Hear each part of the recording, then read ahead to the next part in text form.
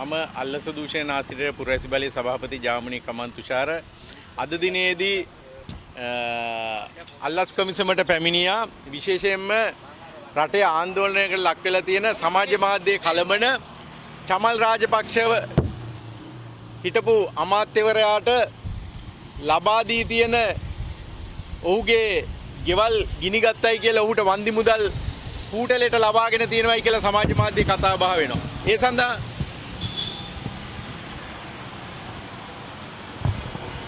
ඒ සඳහා අද අපේ සංවිධානය තමයි පැමිණිල්ල යොමු කරේ 2023 අරසමයේ ගිනිගත් මන්ත්‍රීවරුන් 43ක් සඳහා කෝටි 122ක් සාවද්‍ය පරිහරණය කරයි කියලා විමර්ශනයක් ආරම්භ කරන්න කියලා.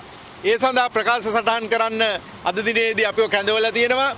විශේෂයෙන්ම කියන්න ඕන මෙන්න මේ අපි තොරතුරු පනතෙන් මෙන්න මේ ගෙවල් ගිනි තියපු වන්දි ගෙවපු පිරිසගේ නාම ලේඛන ලබාගෙන තියෙනවා. ඔන්න ඔය කතාවකට තුඩු දීලා තියෙන චමල් රාජපක්ෂට ගෙවලා තියෙන මුදල තමයි ඒ ලේඛනේ 23 වෙනි මේ තියෙන්නේ. ඒකේ තියෙන්නේ නම ඉල්ලුම්කරු වෙන්නේ රාජපක්ෂ CJ. ඒ කියන්නේ චමල් රාජපක්ෂ. හැබැයි ගෙවීම් කරු වෙලා තියෙන්නේ SDPJ චන්දන. එතකොට අපිට ඒ සඳහා උන්ට ගෙවලා තියෙනවා ගෙවීම් සිදු කරලා තියෙනවා ලක්ෂ 150යි 22600ක මුදලක්.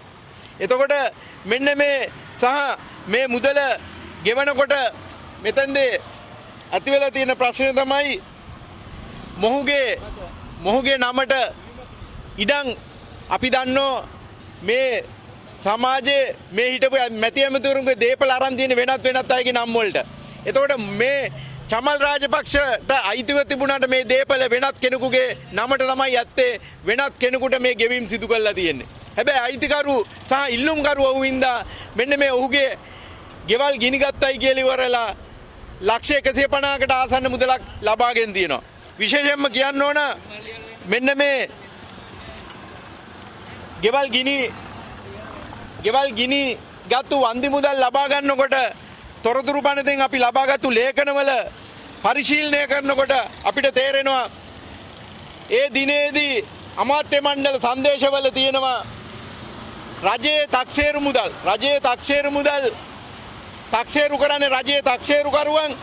නමුත් මෙන්න මෙහෙම තියෙනවා කැබිනට් පේපර් එක අමාත්‍ය මණ්ඩල සංදේශයේ PS ඇලයිරක් CM ඇලයිරක් PCA ඇලයිරක් 61යි 2022 අමාත්‍ය මණ්ඩල සංදේශයේ දේපල හානියෙන් පසුව වෙළඳා දේපල මිල ගණන් විශාල වශයෙන් ඉහළ යාමත් තක්සේරු කටයුතු කිරීමේදී සිද්ධිය වන විට එවකට අනුමත මිල ගණන් පදනම්ව තක්සේරු කටයුතු සිදු කිරීමක් හේතුවෙන් ගැටලු මතුවී තිබේ. තක්සේරු දෙපාර්තමේන්තුව විසින් ඉදිරිපත් කරන ලද තක්සේරු පිළිබඳ කිසිසේත් එකඟ විය නොහැකි බව දේපල හානියටපත් පුද්ගලයන් විසින් දන්වා තිබේ. ඒ හේතුවෙන් ස්වාභාවික නොවන ආපදා තත්ත්වයකදී ඉදිකිරීම් සඳහා ඉදිකිරීම් ශේත්‍රයේ අධ්‍යක්ෂින් සහිත විශේෂඥ වෘත්තිකයන් 6 දෙනෙක් යුත් කමිටුවක් ජනාධිපති ලේකම් විසින් 2022 දිනදී පත් කළා තියෙනවා. අන්නේ පත් කරපු එක්කෙනෙක් තමයි ඉංජිනේරු ගල්ගැටිය මහතා සභාපති ඉංජිනේරුම කාර්යයන් පිළිබඳ මධ්‍ය උපදේශක ඉංජිනේරු මහාචාර්ය NT යෝහන් විජේසේකර මහතා සභාපති ඉදිරියෙන් කර්මාන්ත සංවර්ධන අධිකාරිය ඉංජිනේරු සංජීව ජයසුන්දර මහතා අධ්‍යක්ෂ ජෙනරාල් ඉදිකිරීම් කර්මාන්ත සංවර්ධන අධිකාරිය.